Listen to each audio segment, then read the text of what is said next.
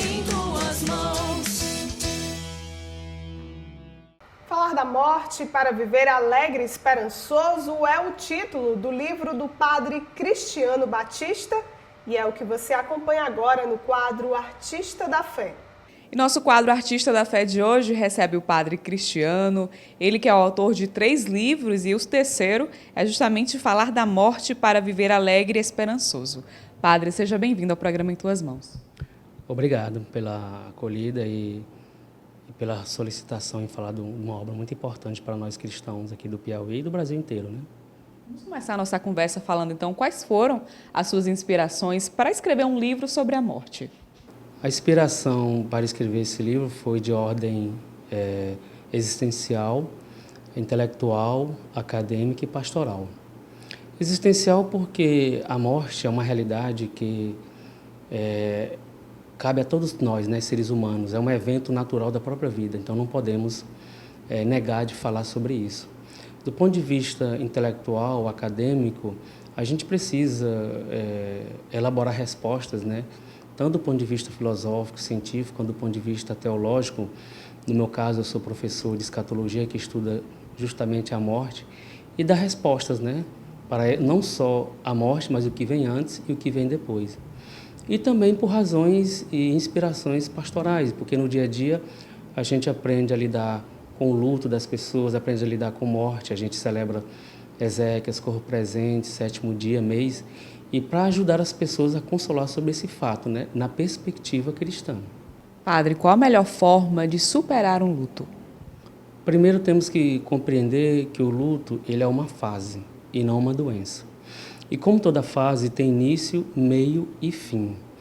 Então o luto, para ser uma fase, as pessoas têm que compreender que existem vários estágios. No início, geralmente, é difícil superar porque a gente não foi e não é educado para lidar nem com as perdas da vida, muito menos com as perdas familiares e afetivas, né?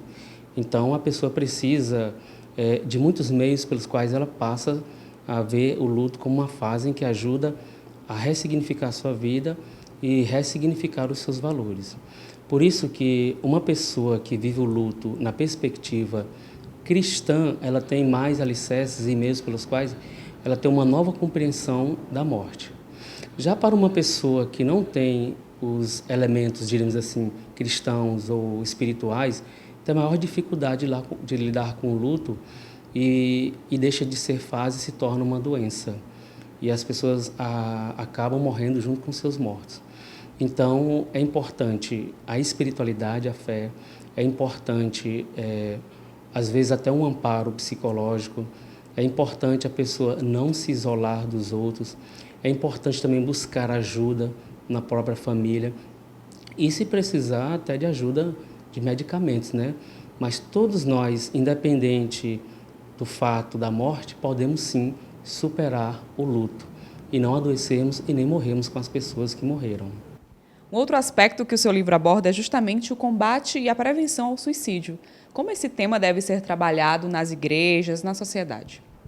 Eu tive uma experiência muito desagradável de um irmão que suicidou.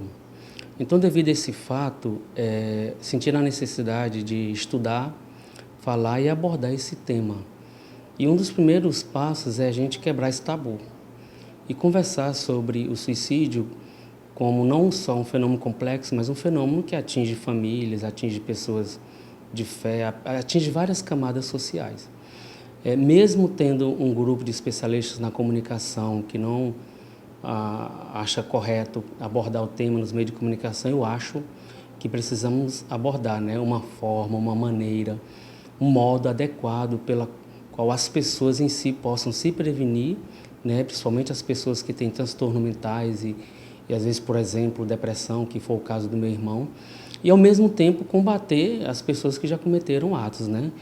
Então, hoje, a necessidade de falar é como uma necessidade de saúde pública por toda a sociedade, empresas, religiões. E, no caso, a nossa Igreja Católica, ela tem sim a orientar os seus fiéis, porque ela tem um elemento fundamental que é a fé. E a fé, ela pode ajudar as pessoas a dar um novo sentido à vida. E automaticamente, dando sentido à vida, ela sim pode dar um novo sentido até a morte. Por isso que a gente precisa abordar para ajudar as pessoas, numa perspectiva cristã, a combater esse mal que assola a nossa sociedade. Padre, o senhor traz também no seu livro questões sobre a compreensão em relação à ressurreição e reencarnação. Me fale um pouco sobre este assunto. Bem, a nossa religião, o cristianismo, especificamente a Igreja Católica, ela prega a ressurreição. E a ressurreição é a transformação do nosso corpo material, biológico, físico, condicionado ao tempo e ao espaço, numa realidade fora da dimensão, num corpo glorioso, na segunda vinda de Jesus. Então, é isso que nós compreendemos e que o catecismo orienta sobre a ressurreição. A reencarnação ela tem duas abordagens, uma mais de abordagem no sentido oriental, que é uma reencarnação pessimista, onde os indivíduos que morrem, principalmente na religião hinduísta e budista, se encarnam em animais e plantas. E existe uma abordagem da reencarnação ocidental, especificamente de Allan Kardec, kardecista, que é muito pregada e vivida, às vezes confundida por nós cristãos, onde a pessoa morre com pecados e automaticamente se encarna em outros corpos para se purificar, do qual eles chamam de karma. Agora, a reencarnação, seja ela oriental ou ocidental, ela é incompatível com a fé cristã, primeiro porque, cientificamente, uma pessoa que nasce com alguma deficiência, ela não está pagando um pecado que ela cometeu na encarnação. Hoje, pela ciência, é comprovado as limitações, né, próprias da genética. Segundo, a reencarnação ela não tira a liberdade e a responsabilidade das pessoas. Então, cada um é responsável pelos seus atos. E se ela sofre as consequências de seus atos, então é a responsabilidade dos seus atos e não do que ela cometeu em outra encarnação. Teologicamente, Jesus se encarnou para perdoar todos os nossos pecados. A partir do momento que eu afirmo a reencarnação, eu estou negando a encarnação, a salvação de Jesus Cristo e promovendo que a salvação é fruto dos meus atos, né? Então eu coloco o ser humano acima de Deus. E a ressurreição não, a ressurreição percebe que a salvação é um dom de Deus e a reencarnação é fruto de nossas esforços pessoais. É isso que eu tentei diferenciar no meu livro. Nós agradecemos, portanto, a participação do Padre Cristiano Batista aqui conosco, que está lançando o seu novo livro, Falar da Morte para Viver Alegre e Esperançoso. Padre, muito obrigada. De nada, eu que agradeço e espero que o livro possa ajudar muitas pessoas a administrar um evento natural da morte, a superar o luto, a combater o suicídio, a distinguir reencarnação de ressurreição e, por último, ter uma boa qualidade de vida. Obrigado.